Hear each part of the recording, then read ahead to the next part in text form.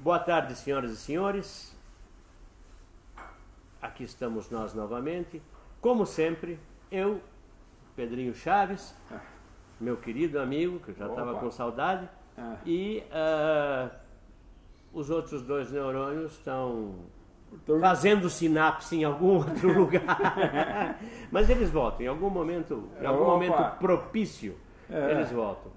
Eu queria comentar contigo, Pedro, uma notícia que eu vi essa semana que me chamou a atenção. Eu li em algum lugar, não me lembro onde, mas li em algum lugar relativamente sério, não é tiração de sarro nem gozação. Parece que o nosso presidente, atual presidente Temer, se expressou da seguinte forma com alguém de sua intimidade, lá do palácio, alguma coisa, que ele não temia ser preso. A única coisa é que ele tinha medo, porque ele ia sentir muita falta da Marcela. Aí eu pensei, até eu. Eu sou mais bobo. Até eu que sou mais bobo. Exatamente. Eu ia sentir, eu vou preso, eu vou sentir falta de quem? Da Marcela, porra. Claro. Né? E eu queria que você comentasse um pouco isso. Porque, só para complementar o pensamento, porque eu pensei assim, marqueteiramente, se essa fosse uma frase de marketing, pegaria melhor se ele dissesse: se eu for preso, eu sentirei falta dos meus filhos, dos meus filhinhos pequenos, etc. Aí o povo, talvez alguém, como tem gente que se comove com a prisão do Lula, se comovesse de ficar longe dos filhinhos, como soltaram a mulher do Cunha lá para cuidar dos filhos, né, que deviam soltar todas as mães. Na verdade foi a mulher do Cabral. Do Cabral, perdão, desculpa. Que não está numa prisão domiciliar de luxo. De luxo e para cuidar dos filhos. Agora, o resto das presidiárias desse país que tem filhos. Exatamente. Numa frase bem pequenininha, foda-se. Bom, falei baixinho para não ofender ninguém. Isso eu não sei.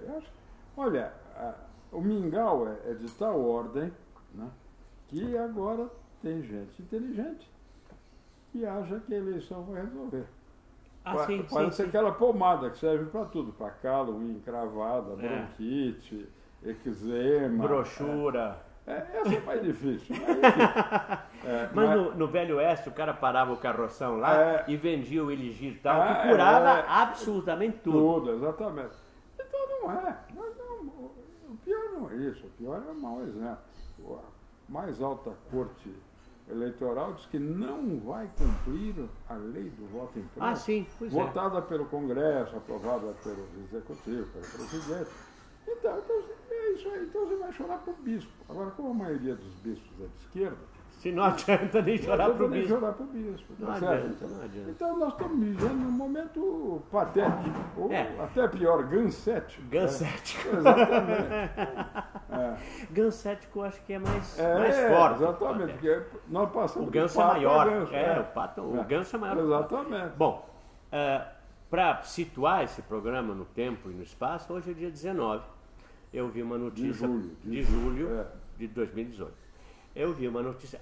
Lembrar que nós estamos numa outra plataforma também, além do alertatotal.net, www.alertatotal.net, do professor Serrão. Nós estamos numa plataforma do Kenji Sakamoto, que é uma plataforma excelente, que se chama www.tvrelacionamento.com. Os 3 neurônios estão lá também. Embora sejam 2 na maior parte do tempo, mas são 3.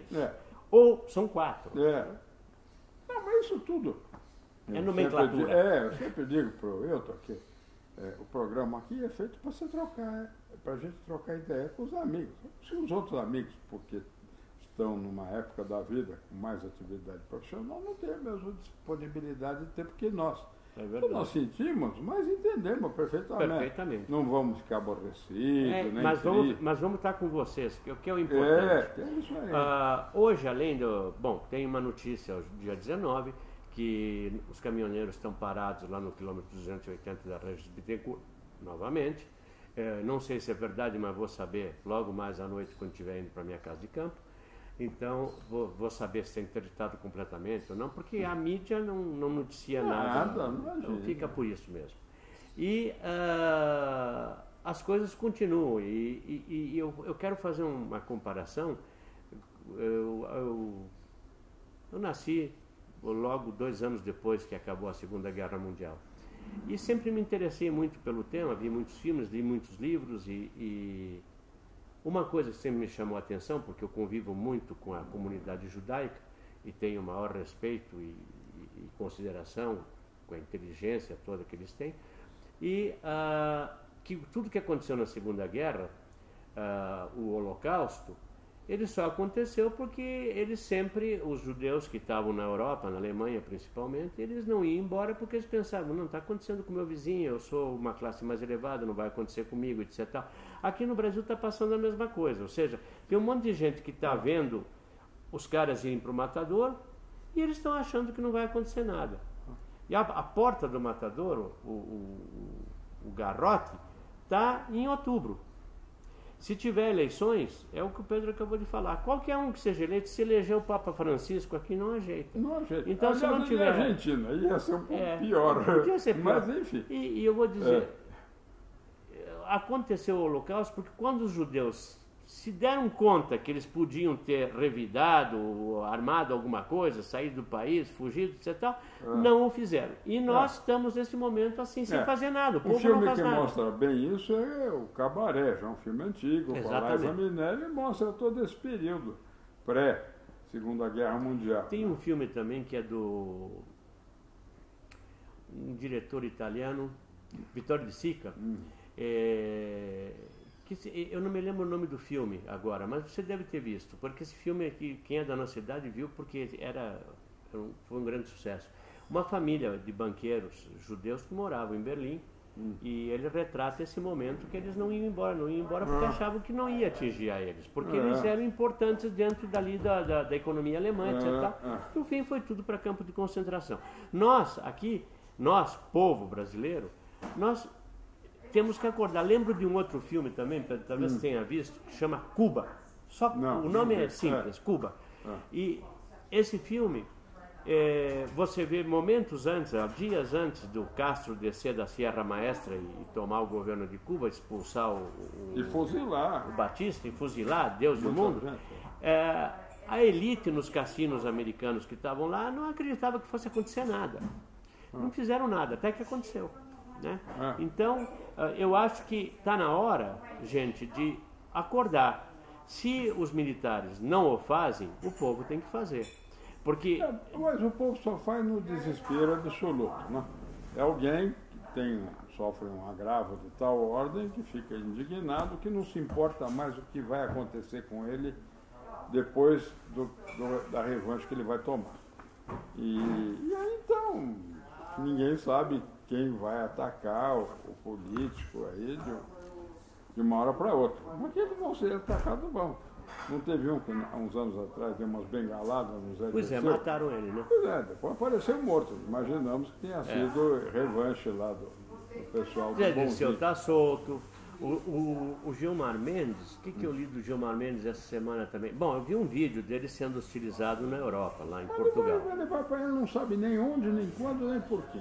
Certo? Então vai acontecer. Então, a coisa chegou a um ponto que vocês devem estar notando que até o meu entusiasmo em falar já está se amainando, eu já estou ficando meio assim, você fica cansado O de caboclo repetir. fala assim, deitando de arreio. Deitando de arreio, porque você fica cansado, Pedro, de ficar falando a mesma coisa, a mesma coisa, a mesma coisa. Não é só isso, né? Tem a história célebre do menino que dizia que o lobo ia comê-lo, chegava todo mundo para socorrer, ele dava risada. Aí, várias vezes depois, ninguém mais dava bola para que ele falasse, o lobo apareceu mesmo e comeu ele, tá certo? Eu gostaria que esse nosso programa servisse pelo menos para uma coisa, para mostrar que pelo menos nós aqui, os neurônios, nós estamos preocupados com a situação do Brasil e isso tem que ajeitar, não é para nós. Não, com a minha idade, com a idade do Pedro, não é para nós, é para os nossos filhos, nossos netos, etc.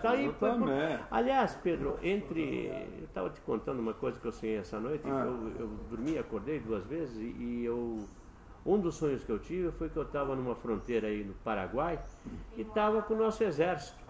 E tinha acontecido uma intervenção militar e eu estava falando com o general lá e a coisa estava começando a ir para frente. Eu me lembro que quando acordei, eu senti uma sensação de alívio, uma sensação de conforto, de ter as Forças Armadas do lado do povo.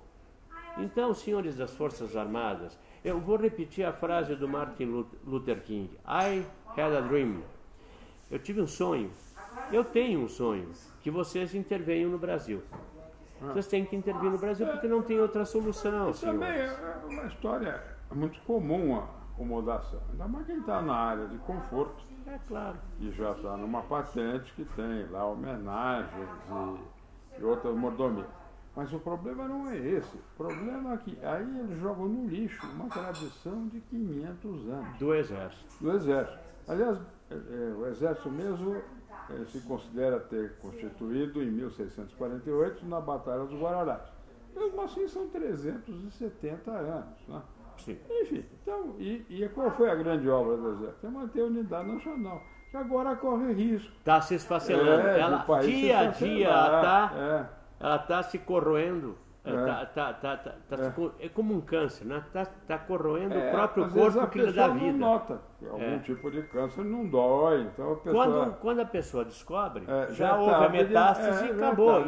E aqui no Brasil a metástase já houve. Mas ainda tem, acreditamos nós, ainda tem jeito se os senhores que estão aí para nos defender tomarem uma posição. Tomarem uma posição.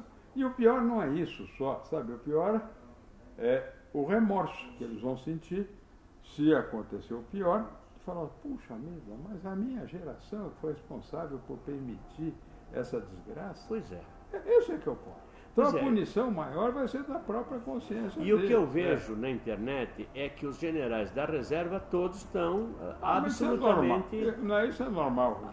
Aliás, a brincadeira de mau gosto aqui no Brasil, que todo general fica valente quando vai para a reserva.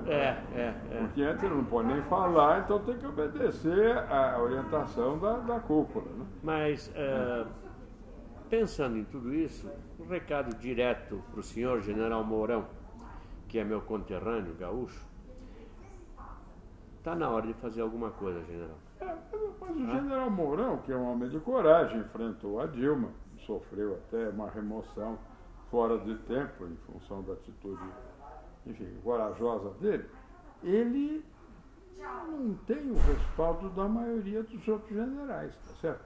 E quando ele tinha a tropa, ele sozinho podia fazer um estrago, porque em 64 saiu um general de 3 estrelas, 1 grau abaixo, que foi o general Mourão de então, e começou a revolução. E aí os outros ficam com medo de enfrentar ou de ficar para trás, etc.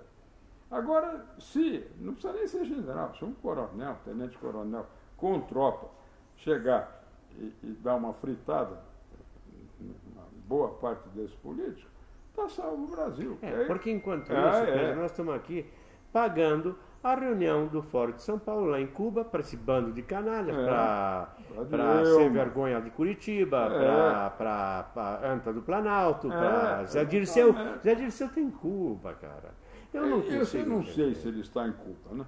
Mas ele foi solto para ir para Cuba. Eu não sei se para ir para Cuba, mas sem tornozeleira e de uma maneira absolutamente irregular, para quem conhece o funcionamento das leis penais no Brasil. Então é uma vergonha. Aí o outro juiz lá de Porto Alegre, lá o desembargador, fez aquele papel que, se não fosse ridículo, seria cômico. Exatamente. Tá? Então não adianta, sabe? A pessoa que perde a própria dignidade, ela não tem salvação. Tem uma passagem no Dom Quixote em que ele luta lá com outro cavaleiro, mais forte, mais, enfim, apto do que ele, e no fim o cavaleiro põe a espada no pescoço dele, já no chão, e fala assim, confesse que acho que é Dulcinea. Dulcinea. Não é essa princesa que você imagina, que é uma mulher vulgar, né? Exatamente. E ele falou assim, então me mate, porque eu não posso viver sem as minhas ilusões. É evidente. Aliás, na mesma situação. Aliás, para mim, como escritor, o melhor livro de todos os tempos é Dom Quixote. Cervantes é o meu ídolo maior. Porque ele tinha esse dom de saber todas as fraquezas humanas e tinha o Sancho Panza, que era uma espécie de cerebelo dele, que exatamente. lembrava enfim, das possibilidades. Uma coisa que o Cervantes falou, que eu sempre lembro, porque é uma frase dele, ele diz assim, e essa frase ocorre, aparece no musical O Homem de La Mancha, que é: quem não viu, perdeu um dos grandes espetáculos da humanidade. É a história de Cervantes quando foi preso, porque Cervantes era um coletor de impostos que acabou não coletando os impostos e foi preso, e ele estava com o original do Dom Quixote, e ele encena junto com os prisioneiros, onde ele está no calabouço, a história toda do Dom Quixote. E ele diz o seguinte, que quem nasce em La Mancha, quem conhece sabe que é verdade o que eu estou dizendo, ou tem muita imaginação ou não sobrevive. Então é isso. E ele era herói, ele lutou na Batalha de Lepanto, sofreu um ferimento gravíssimo, perdeu o movimento, se não me engano, da mão esquerda. Enfim, então, mas são pessoas atemporais, né? Lepanto foi uma das batalhas mais importantes para a cristandade. Se não fosse derrotado, foi uma batalha naval, a marinha otomana não tinha mais civilização ocidental. Mas foram algumas batalhas que salvaram o Ocidente, entre elas a de Lepanto. Bom, nós temos que acabar esse programa. Eu queria mostrar algumas coisas, mas no próximo eu mostro, prometo que eu mostro, o Pedro também tem para mostrar. Vamos fazer um programa, esse foi até meio xoxo, eu acho, mas a gente de qualquer maneira está tentando alertar, tem que ser feito alguma coisa. Então, só para terminar, vou contar a história do português que achou um pinguim no inverno aqui na Faria Lima, ficou com dó do bichinho. E aí viu um policial e falou assim: senhor guarda, o que eu faço com esse pinguim que acabei de encontrar? O guarda falou assim: leva para o zoológico. Aí, por coincidência, 2 dias depois, já um tempo melhor, ele encontra o guarda na Faria Lima e ele ainda estava com o pinguim. Aí o guarda falou assim: ô, seu Manuel, o senhor não levou o pinguim para o zoológico? Ele disse: levei e ele adorou. Hoje vamos ao Play Center. Então é mais ou menos por aí. Assim. Muito bem. Senhoras e senhores, muito obrigado pela atenção de vocês. Opa. Curtam, compartilhem, reclamem, façam o que quiserem, mas estejam com a gente. A amizade é mais importante. É um prazer a gente conversar com gente inteligente. Então nós não contamos com a quantidade de inscritos, nem de likes, nem nada. Nós contamos com a qualidade dos sujeitos que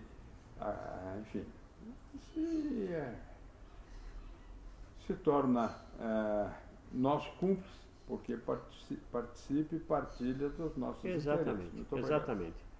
Um grande abraço a todos, até o próximo 3 Neurônios, que a gente já sabe que vai ser com 2. Um grande abraço, tchau, tchau. Tchau, tchau.